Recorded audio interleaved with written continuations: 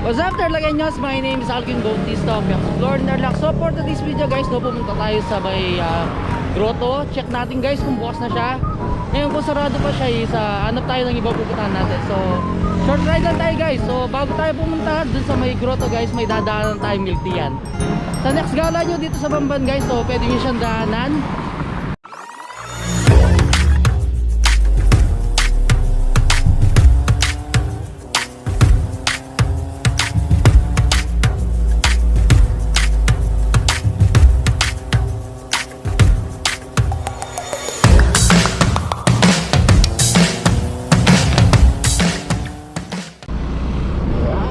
Short ride tayo guys.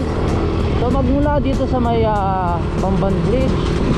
So nasa 3 minutes lang guys yung kanto ng grotto.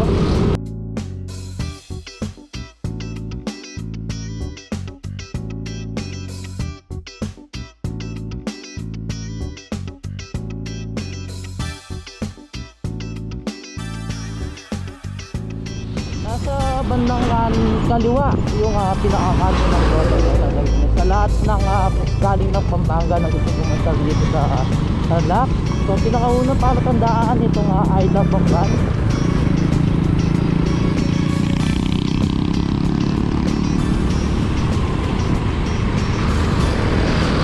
So ito na yung pinakakanto ng grotto guys, no? Ito siya. And then dadaanan natin itong gab Tingan dito sa may kanto ng grotto. So ito tayo guys. So ito park lang natin yung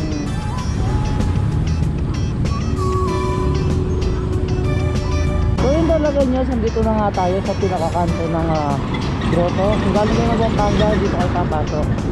So dito guys, no, makikita nyo itong Gabs Milk Tea yan. Pupunta kayo ng Balakbak Nature Spring sa Kalbutan, and then sa may Bella Montana, sa Gasebo View Park, sa Goshen guys, and then sa may Oliland dito sa Bamban Tarlac. So ito yung papasukan yung kanto kung galing kayo ng Tarlac City, kung galing kayo ng Pampanga, dadaan kayo sa mismong Bamban Bridge guys. So daanan nyo na ito Gabs Milk Tea yan dito sa may kanto ng grotto guys. Murang mura. So ito kitang kita guys, so Milk Tea 3 for 100. So 16 ounce siya. So check lang natin guys, no? Anywhere you go, you belong. Anywhere you say, anywhere.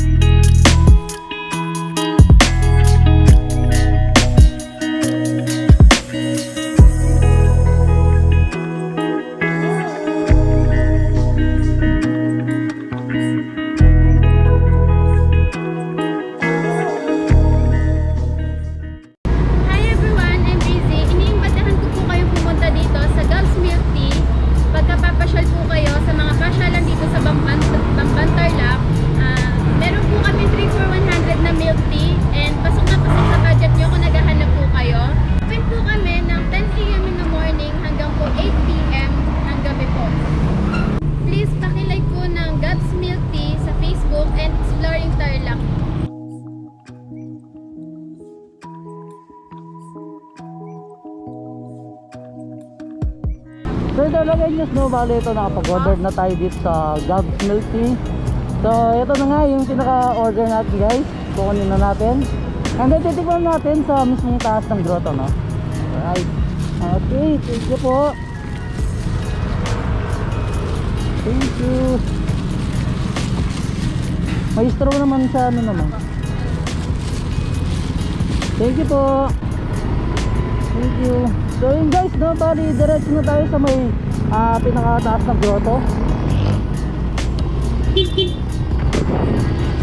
Alright, so magmula dun sa Gabs Milk Tea, sobrang lapit lang naman ng grotto guys. Ito siya. So ito yung number 1 na pasyalan ng mga bikers tsaka riders na pupunta dito sa Bamban guys. So ito yung mga milk natin. 6 sila guys no. So titikman natin sila dun sa pinakataas. Hopefully bukas na siya. Kasi sinarado siya kasi yun nga nagsemana Santa.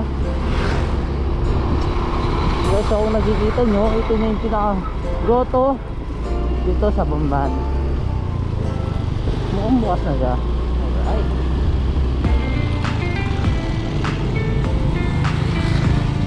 So tanong-tanong na lang tayo guys.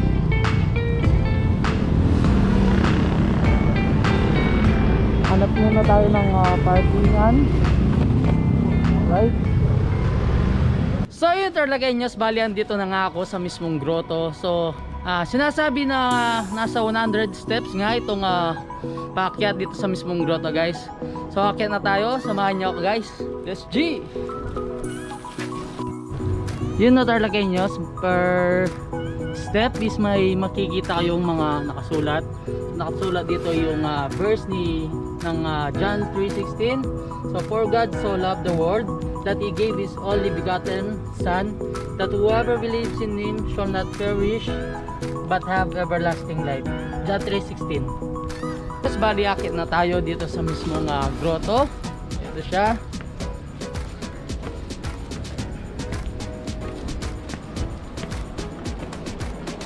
Guys, medyo makulimlim nga lang yung panahon. Yun. So yan guys no, ang dami nga nakasulat. So dito, repent you therefore and be converted that your sins may be blotted out when the time of refreshing shall come from the presence of the Lord. Acts chapter 3 verse 19.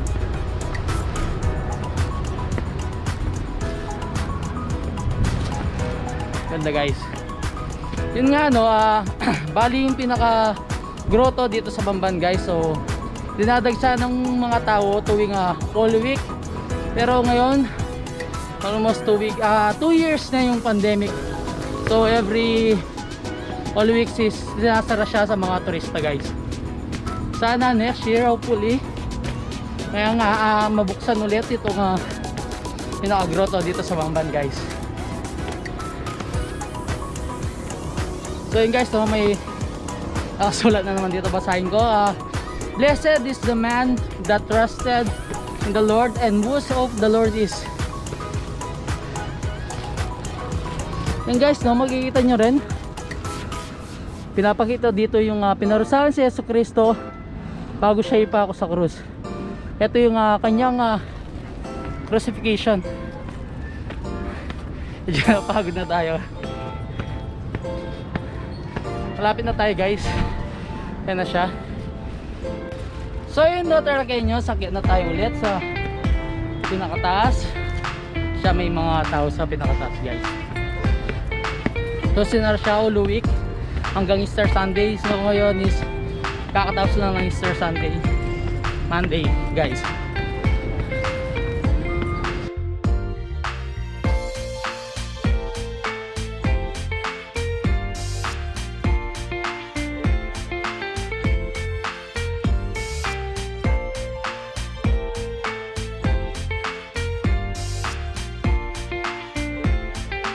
So yung Tarlagueños, malapit na ako sa pinakataas ng pinakagrotto.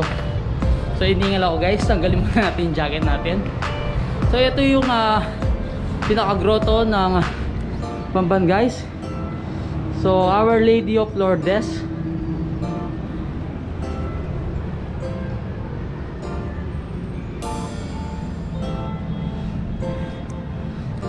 And then sa kabilang banda guys, so sa side, sa mismong right side niya, so makikita nyo dito sila nagsisindi ng kandila para magalay ng dasal or may kahilingan ka ba kay Apo Lourdes. So ito guys, so ito siya guys no, bali hindi lang tayo nakapagdala ng kandila natin na siya. And then sa kabilang side din, kikita nyo siya, ito siya guys. Then may nakasinding kandila. So dito sa kabilang side naman, ito yung paakyat guys no, papunta sa pinakataas. So nakalagay doon, stairway to heaven to your salvation. So later guys, akit tayo doon sa pinakataas. Natatandaan ko pa no Tarlaqueños nung pupunta ako dito sa mismong Grotto Bambanis. Alam ko doon sa pinakailalim doon, andun yung tinatawag nilang Japanese cave. So hindi na tayo pupunta doon kasi medyo tumidilim na.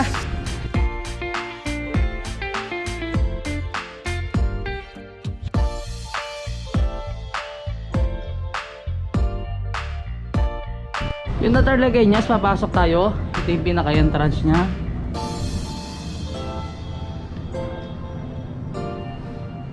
Sa kabilang side guys, may donation box. So pwede kayong magbigay ng donation nyo dyan para tulong dito sa mismong grotto, dito sa Lourdes. Pasok nyo guys, ito yung team na manalangin.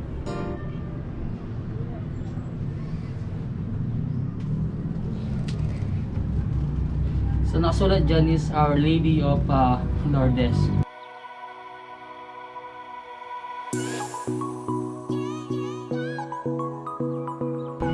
So yung Tarlaqueños, nagpahinga muna tayo. Nandito na tayo sa pinakataas ng grotto. So titikman na natin guys itong milk tea ng mismong Gabs Milk Tea dun sa mismong kanto ng pinaka-grotto guys. So bago kayo pumasok sa mismong pinaka-kanto nya, makikita nyo yung Gabs Milk Tea. So siya guys.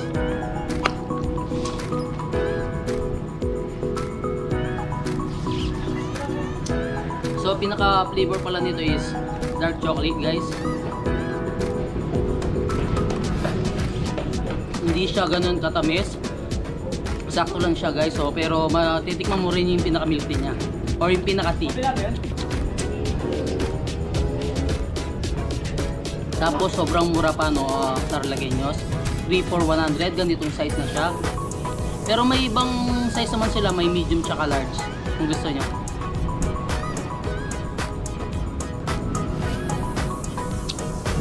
Cheers.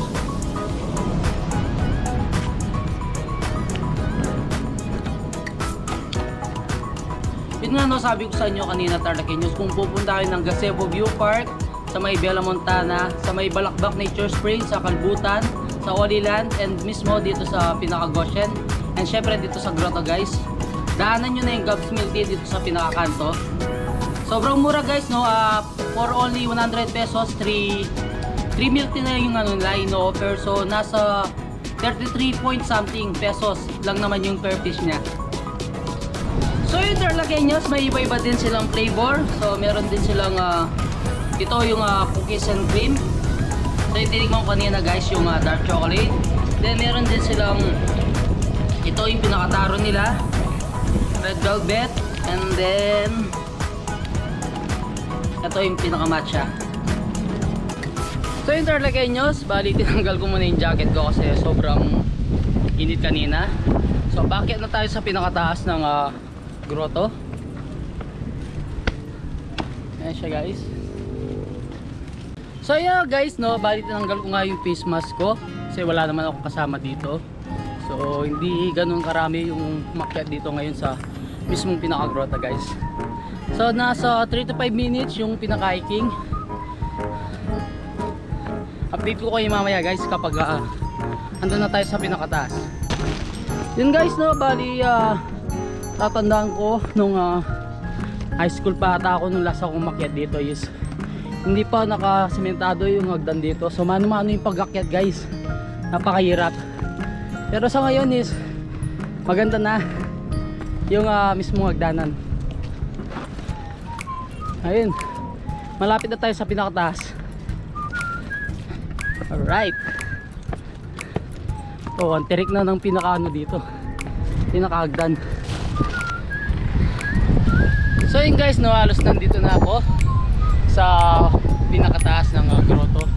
Sa pinakataas pala ng grotto guys, makikita yung tatlong krus.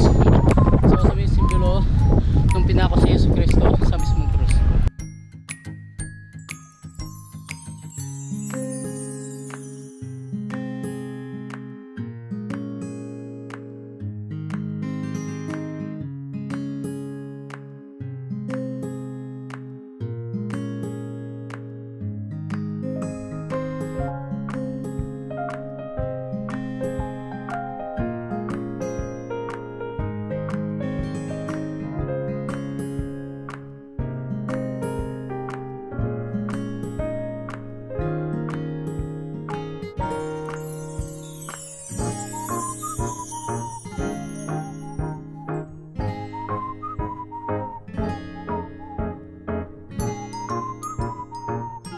Yung Torlagueños, bali yan dito na nga ako sa pinakataas ng grotto. So sa pinakalikod ko guys, medyo pangit nga lang yung panahon kasi nagka grass fire.